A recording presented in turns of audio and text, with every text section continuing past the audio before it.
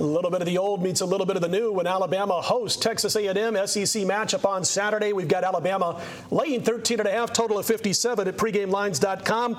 You know what, Marco? I almost called you VR. Marco, I've been riding the Aggies for a couple of weeks now, and we had nice winners, of course, when they blew out Auburn 63-21. They blew out Miss State 38-13, and in those games, they piled up well over 600 yards. But against the elite defenses of the SEC, they've been held in check. What do you think about this one? Alabama laying almost 2 full touchdowns. Well, I'll be honest. When I first looked at this game and started to handicap it, I had a knee-jerk reaction to take Texas A&M because my thought process was Alabama had such a big game last week against LSU. Physical game, hard-fought, come from behind win, that they got to be flat this week. But you know what? The more I broke this game down and the more I looked at the stats in the game, I can't go that way. This Texas A&M team, they score points, but you said it, they did it against the soft defenses. And if you remember last week, I made the statement that I said coming to the SEC this year from the Big 12 is going to be growing pains for both them and Missouri, especially when they face the smash-mouth teams that play hard defense and can pound the ball down your throat. Last week they were playing Mississippi State. I said, that's a Big 12. That's more like a Big 12 team than it is an SEC team. Well, this week they're seeing SEC at its best with Alabama, and I think they're going to have a hard time moving the football this week. This has been our game of the week on First Preview Radio, and we started on Sunday night. And the reason I was thinking VR is because we talked about this game with him, and he was kind of leaning towards A&M. In fact, last week, Alabama-LSU was the game we talked about, the one game of the week that we talked about every night on First Preview, and everybody was on LSU. Now, you're the first one of the group who's on Alabama, who's made come out and said, I just feel they're going to win after jumping into this game a little bit deeper. I've been saying all week long, it all depends on their emotional state. A.J. McCarron was crying on his interview after the game against LSU. He wanted to beat LSU so badly.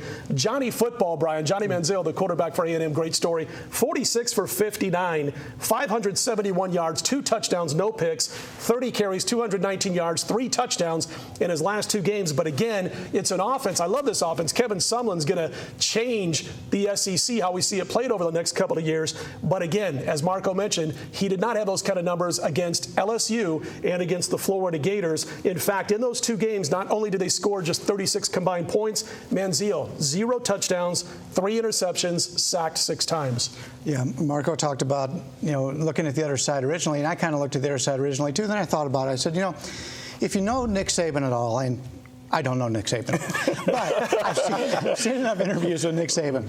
They won that game. He's going to make it look like they lost that game because they did not play well. They had a -2 turnover disadvantage, and they were completely outplayed in that game when you take a look at the total yardage. Mm-hmm. So you look at that and you say, man, they didn't play very well. But they won the game. Mm-hmm. They won the game in one of the most hostile places you could ever have. Baton Rouge night game. I mean, we talked about that last week. And for Alabama to come out of there as a win proves something to me, because we've said all along that they really haven't played anything. Mm-hmm. And you take a look at A&M, and you kind of touched on this, it's their 10th straight week of playing football. And it's not Big 12 finesse football. This is SEC-type football.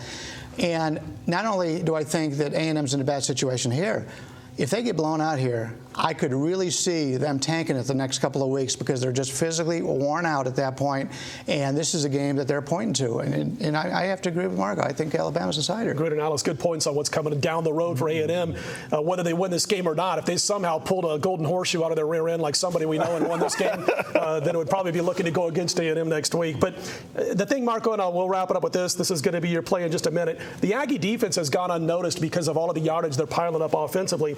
They held LSU to 316 yards on 4.3 yards per play. Much better defensively against LSU than Alabama was. And Mettenberger was 11 for 29 for 97 yards against this Aggie defense. They sacked Driscoll of Florida, 8 times in that matchup with the Gators. But it's your free pick, and we'll hear it right now. All right. Well, you said it, Scott, that they did hold LSU down. But if you remember, when they played LSU and when they played Florida, those two teams have struggled to score points against everybody this year. Now, last week, everybody's going to look at LSU and see what they did against Alabama. But they did everything different than they've done all year. They put the ball in the quarterback's hands. They hadn't done that this year. They caught Alabama by surprise, and Alabama played poorly. And, Brian, you said it. They got to win playing bad. When good teams find a way to win when they play bad. They didn't play bad. They just didn't play with the level that we're used to. They were outplayed. They were outplayed, but they didn't play badly. We can't say that. Yeah, they should have lost the game. Sure. If you watch that game, the way that game went, 9 out of 10 times they lose. Saban is going to drill them all week. I like them in this spot. Texas A&M, great point about 10 straight weeks, because if you remember, they lost their bye week because of the hurricane early in the season, and it's going to take its physical toll.